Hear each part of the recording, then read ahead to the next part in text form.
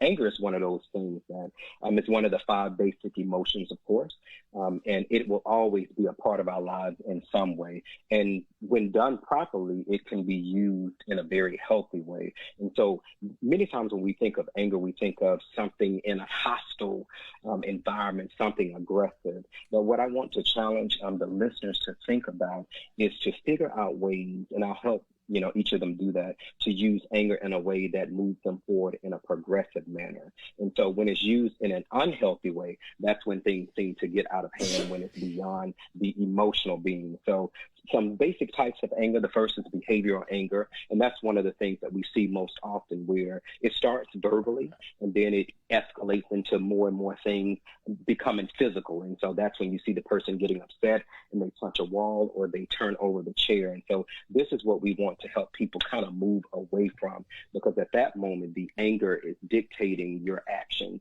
and we never really want to be in a position in that way, because what happens is we have a lot of consequences to that behavior.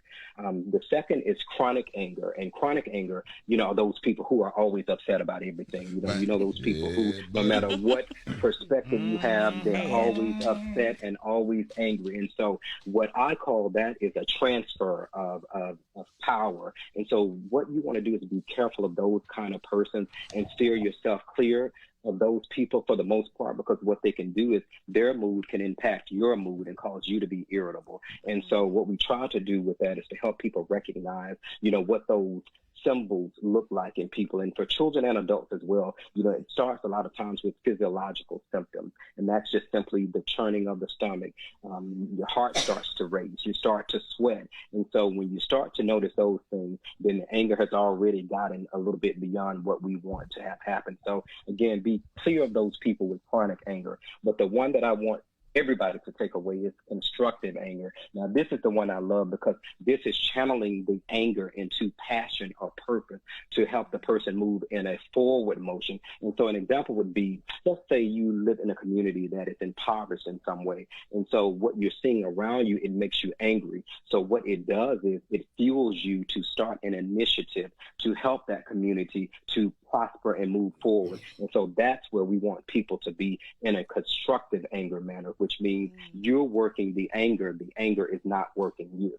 Okay. The fourth is passive aggressive, and this is the one that's very tricky here too. And so this is the one where you are not saying that you're angry, but your actions show that you're angry. And so I'm gonna, there you go. I'm gonna show you with my facial expression or the way that I treat you. So I'm not saying that I'm angry, but you will know based on my actions. And the very last one that I always move to is the self-inflicted anger. And those are the persons whom I treat who are trying to cut themselves or ingesting pills or doing something in the way that's going to cause some type of physical ailment or hospitalization. And so with all that, the main thing is make sure we move to the constructive anger, and some tips on how we get that done.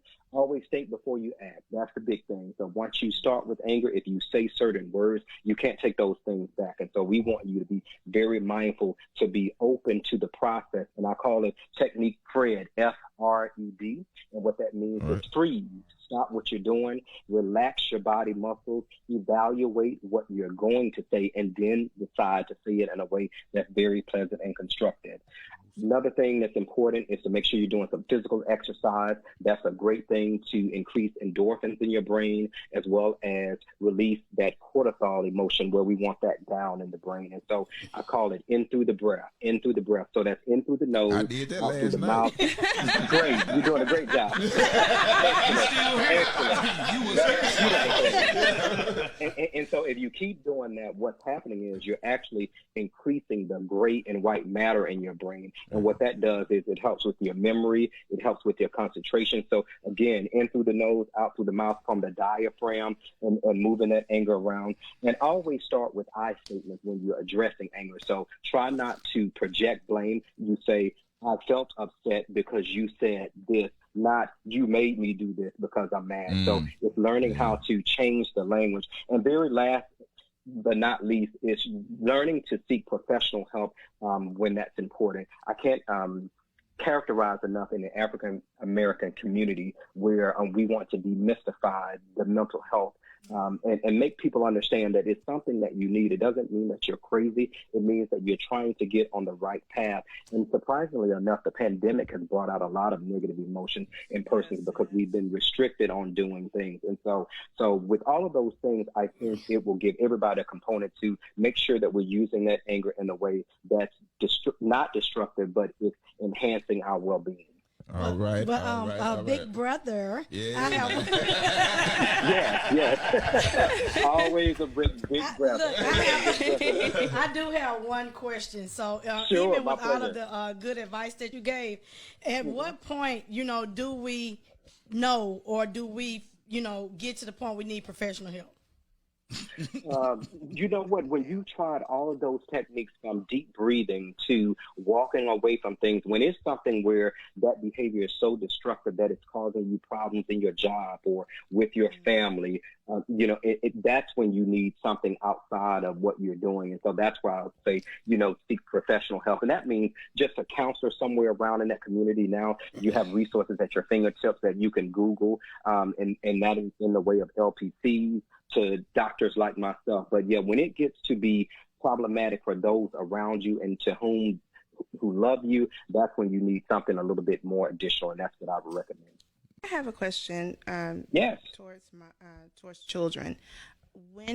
What kind of techniques would you recommend for helping someone deal with their anger under the age of like 10 or like a teenager? What are some techniques that you can give us that we can use as parents to guide the anger? Question. Mm-hmm. Yeah, that's a great question. And again, with teens and developing adolescents, that's, again, a very natural emotion. But one thing I always like to tell them to do is to journal their feelings. Kids are very different from adults where we verbalize very differently. But if they can write their feelings out or draw what's happening, then it gives you an idea of kind of what they're feeling. And it brings that internal out to the external completely. Another thing that you can do is, I call it, it's a timeout, but it's a time for them to be able to, again, also focus on breathing, but to be able to settle themselves so that when they start to feel angry about something, that they have that time to recalibrate their emotions in a quiet space, and then they can come and communicate their emotions to you, whomever, in a more appropriate way. So it's just those key things I usually like to work with children to help them express their anger in a little bit of a different way. Like the one basically we said, Musa. Yeah, slow it down. Yes, absolutely. And remember, every time you do the woosah, you are improving that gray and white matter in your brain, and that's what we want to have happen. If you can do that, then what it does is it also stimulates your parasympathetic nervous system, which simply means that it's your relaxation response. And I say if you're relaxed, then you can't be anxious or mad. But if you're anxious or mad, then that means you need to do something to activate the parasympathetic system so that your body knows to relax. And breathing is the quickest way to do that, to get the brain to trigger so your body triggers. I don't know those words that you know. I do know this. I know this from personal lifelong experience. Yeah. When I say, it goes away. I don't know what's all going on in my head, but it goes away. Yeah, men ain't to calm down and just walk away. Sometimes. Absolutely. That's a great thing. Just keep doing that. Great thing.